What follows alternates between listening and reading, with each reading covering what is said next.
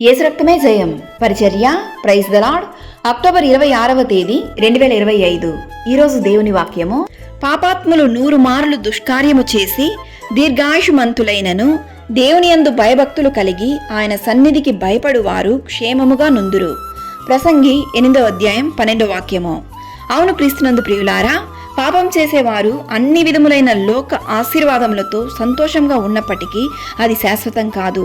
ఈ లోకాశ, ధనాశ, నేత్రాశ అన్నీ వృధానే. పాపాత్ములు 100 మార్లు తప్పు చేసినను దేవుడు అన్నిటినీ చూస్తూనే ఉన్నాడు. ఆయన అన్నిటినీ గమనిస్తూనే ఉన్నాడు. ఆయన తగిన సమయమందు వారి వారి క్రియకు తగిన ప్రతిఫలమిచ్చును. పాపము వలన వచ్చు జీతము మరణము. అటువంటి వారిని నరకంలో త్రోయబడుదురు. అక్కడ అగ్ని ఆరదు, పురుగు చావదు. దేవుడు ఈరోజు వాక్యం ద్వారా నీతోనే మాట్లాడుతున్నాడు. ఆయన నిన్నే హెచ్చరిస్తున్నాడు, జాగ్రత్త. ఆయన యందు భయభక్తులు కలిగిన వారు ఏ కొదవయు ఆయన పెట్టడు. ఆయన అట్టి వారిని రక్షించును, ఆయన కాపాడును. వారికి ఏ కీడు, ఏ ఆపద రాకుండా ప్రతి క్షణం దేవుని దూతల ద్వారా ఆయన వారిని రక్షించును.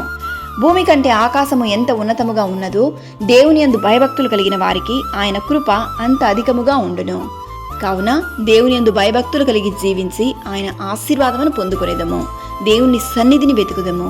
దేవుడు మిమ్మల్ని ఆశీర్వదించి దీవించును గాక. ఆమేన్. God bless you.